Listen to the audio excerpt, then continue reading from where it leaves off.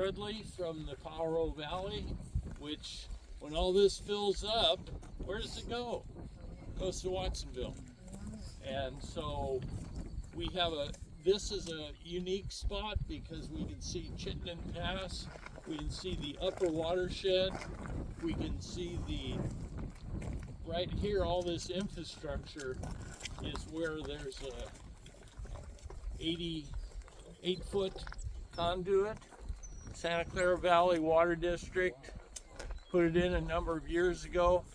We have the Calaveras Fault where these sag ponds are, and the 80 or 8-foot conduit breaks into two smaller conduits coming across this area. When these experts, I'm not an expert, I'm a rancher. This is Paul Payne, he's a board member. Yeah. For the 70. I was one of the founders over 30 years ago, and the land trust has a 1,000-acre easement to prevent development and to preserve the uniqueness of the area here. So anyway, take it off. I think, Jeff, you go first. Okay. So my name's Jeff Micko. I've worked in this watershed for, I don't know, 45 years or so, on all over the watershed. This is a special place to me, and so I'm pretty excited to be able to come out here and talk about it. Well, first of all, I just want to thank the Land Trust for protecting this area from development and all the areas that you guys protect. And it's a special place. I think the things that if I take away from this presentation are that, as Paul mentioned, we're right on the Calaveras earthquake fault, and that's really the reason that all this water is here. This is an amazing watershed. It's a huge watershed that drains to this area. Don't ask him how many acres per square miles. We'll get into the numbers, don't worry. This wetland and slough complex is here also because imported water has been brought into the area. So this location is a catch point for a huge drainage area or watershed. All of that includes all of Pacheco Creek and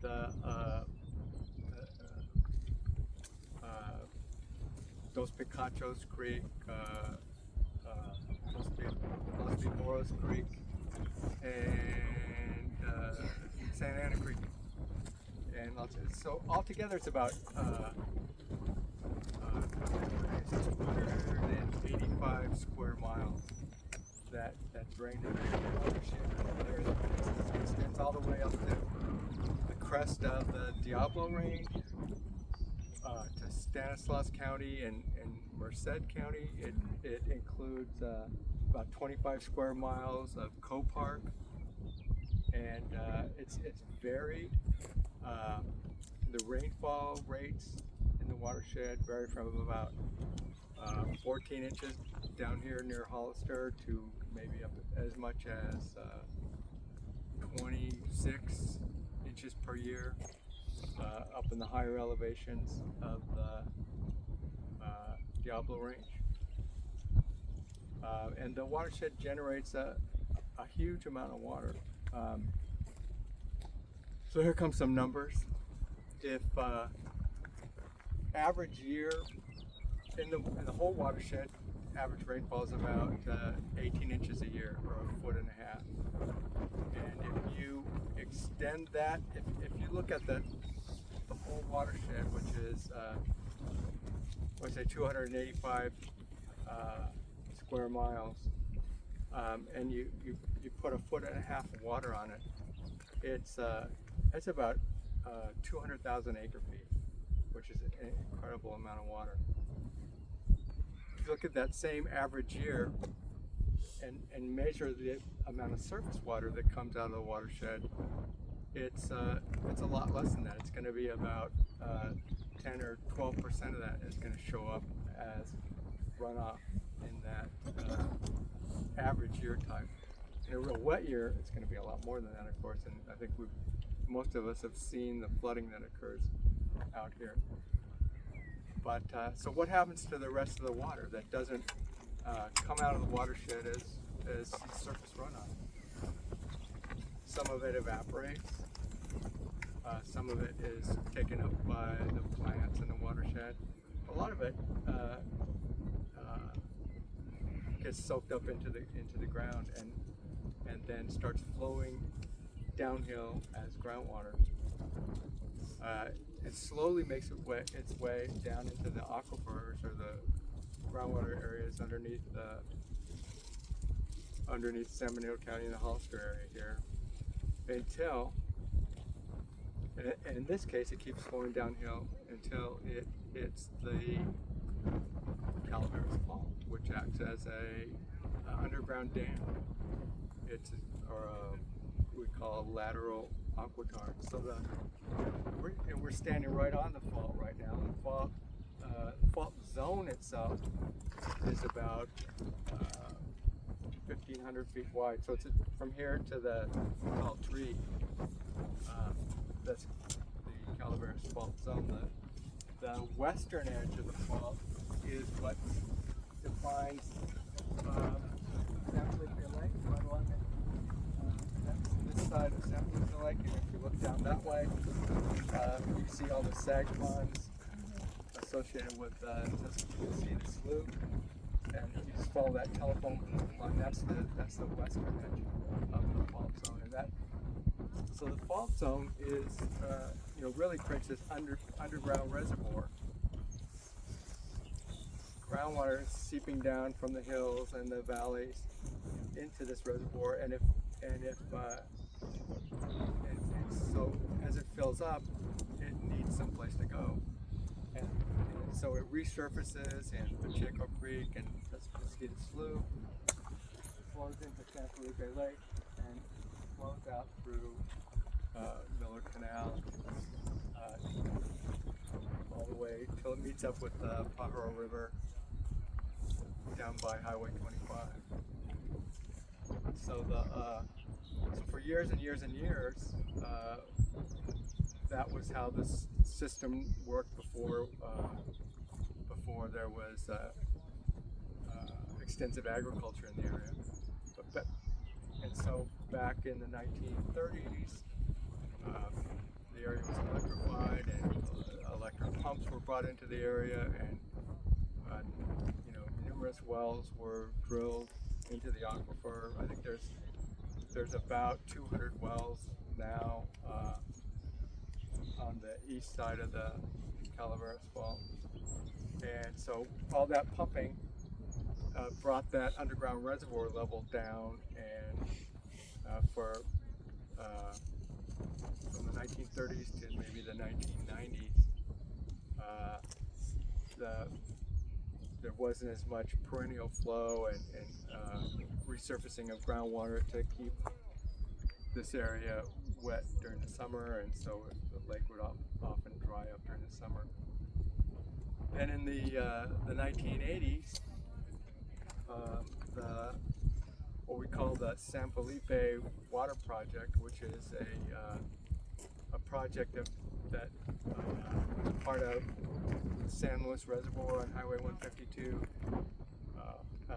A large pumping plant was built there that lifts water over Pacheco Pass and into pipelines. We're standing right next to this huge pipeline that's part of that system. Buried underground here is as Paul mentioned, an 8-foot diameter pipeline, which is a huge pipeline. It's I forgot to put together the hoses right there. I was going to make an 8-foot diameter circle out of that black hose just to show you how huge that 8-foot diameter pipeline is, and it's really interesting here because as the pipeline crosses. We can walk over here and you can take a look at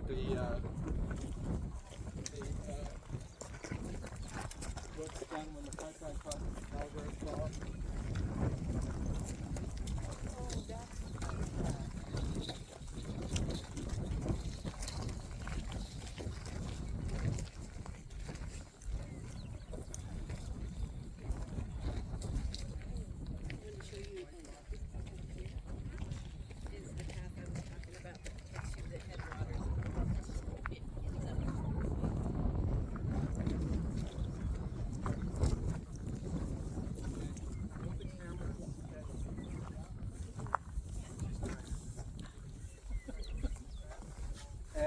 And way down there, you can see a mirror image of this section. This is where there's two 66-inch diameter pipes that go through the fault zone, and then they come here and they come back together into that 8-foot diameter pipeline.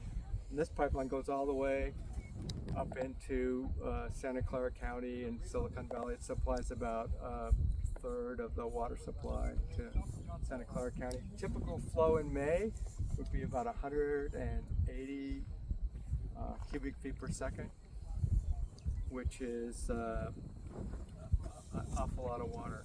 It's about over 100 million gallons a day that is being moved up to Santa Clara County. So it's pulling water that's underneath the ground into the pipe? No, this water all comes from San Luis Reservoir.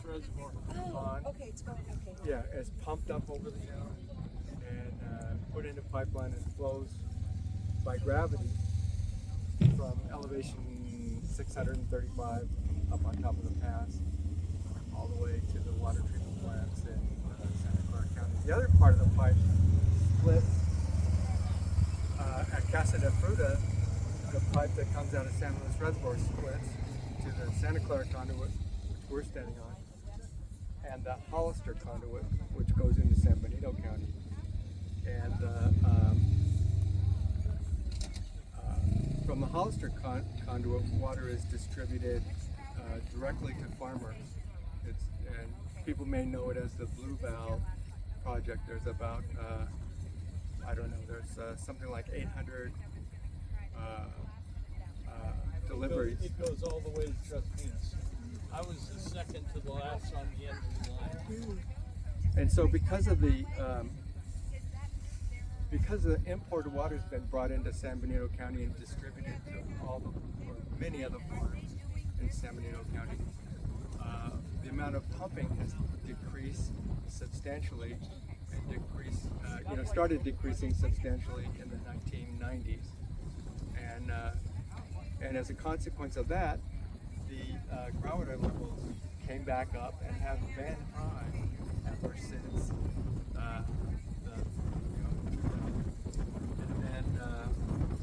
so for the last 25 years or so, groundwater levels have been really high, and that's brought, and now because the groundwater levels are high, water is re-emerging into Pacheco Creek and Casilla Slough, and keeping San Felipe Lake, as we see it, more or less full throughout the entire year, with the exception of a couple of real dry years. So that is how. So hopefully, I've explained how the Calaveras fault affects, San Felipe Lake, how this imported water supply affects San Felipe Lake, how the San Benito Agricultural Land Trust affects San Felipe Lake, and now Mark's going to talk a little bit about the. Can I ask you a question? No. Actually, while it's fresh, yeah. Yeah. Okay, she has a question. Before we Yeah. forget. So with all of this water movement into this area, was it able to happen before any kind of ground subsidence? Because I know like Santa Clara Valley, I guess when they were really, back in the day when they were doing a lot of growing of trees and stuff, I guess there was ground subsidence associated with that. With pumping, in Yeah. Santa Clara Valley. Yeah. 30 feet in some Yeah. places. So were they able to, with all the water that's been brought in here, were they able to get that before there was subsidence that occurred here? To the best of my knowledge, San Benito County has not experienced Oh, that's great. significant subsidence. Awesome. I could mention that, but my time's up. Yeah. Mark Strudley, please. Thank you for your patience. I'll be brief because I know we got more groups coming, and Jeff has far more interesting things to say about this area than I do, because I mostly work in the lower watershed. So I'm not as familiar with this specific location, but this location has real importance for the watershed as a whole, because this area acts as a capacitor for floodwater or sediment that's coming down. This is the main junction point of this whole 1,200 square mile watershed that goes all the way down to the bottom end of San Benito County, all the way up to Morgan Hill, and then all of that water is funneling down through the Chittenden Gap behind us into the Pajaro River that feeds out into the Pacific Ocean. So my name is Mark Strudley, and I work at the Joint Powers Agency in the lower part of the watershed that's trying to address flood risk reduction in the Watsonville, town of Pajaro area, Monterey, Santa Cruz County area. This part of the watershed has been of particular interest because of its ability to store water. So for a very long time, there's been an Army Corps flood protection project in the lower watershed that's been brewing. Many of you probably read about it in the newspaper with the 2023 floods that happened down there. That project's genesis started back in the 60s. And it's one of these legacy projects that's just been kind of kicking the can down the road, and it's going full bore now. But for many years, because of fits and starts, there was interest in solving the problem in some other way if the Army Corps wasn't going to come to the table. And one of the ways that was proposed was to create additional flood detention and retention in this area. So there are some reports that are on that table that are about 20 years old now, so they're a little stale. But right after the major flooding and the levee break that occurred on the Pajaro River in 1995, there was this recognition that, hey, we may not get the Army Corps to come to the table and build some facilities down here or improve what's there. Maybe we need to start looking higher up in the watershed. And so at that time, another agency was born called the Pajaro River Watershed Flood Prevention Authority, and one of its main purposes was looking at watershed-wide solutions.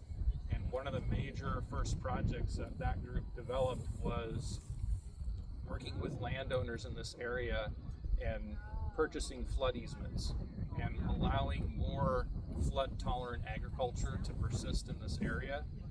And so that project was worked on in the early 2000s, and out of all of the areas that were targeted, maybe about a third, I think, were converted into flood easements, so on active ag land. After a couple years, though, the interest was kind of reached, and there wasn't any more additional interest. There's always been pressures throughout the whole watershed, but particularly in this area as kind of a candidate bedroom community for the Silicon Valley to have conversion of agricultural land into development. And the effective development and paving over landscapes, in essence, in this area isn't so much an issue in terms of increasing the amount of water in a given year. It's more about the timing.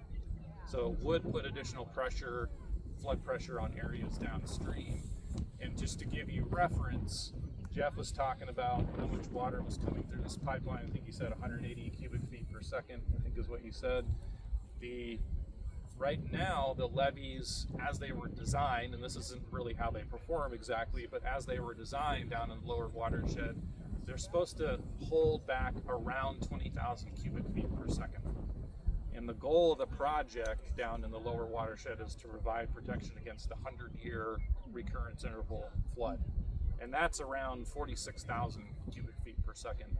And to just put it in reference, the detention capacity of this area is on the order of 10 to 15,000 cubic feet per second. So it does have a significant effect. There's a tremendous amount of water that gets basically metered through this area. So this is really important in terms of surface water storage. And then this creek that feeds into the lake behind you, this is where, it's a little bit upstream of us here, but this is where a lot of the sediment coming from these hills drops out of the system.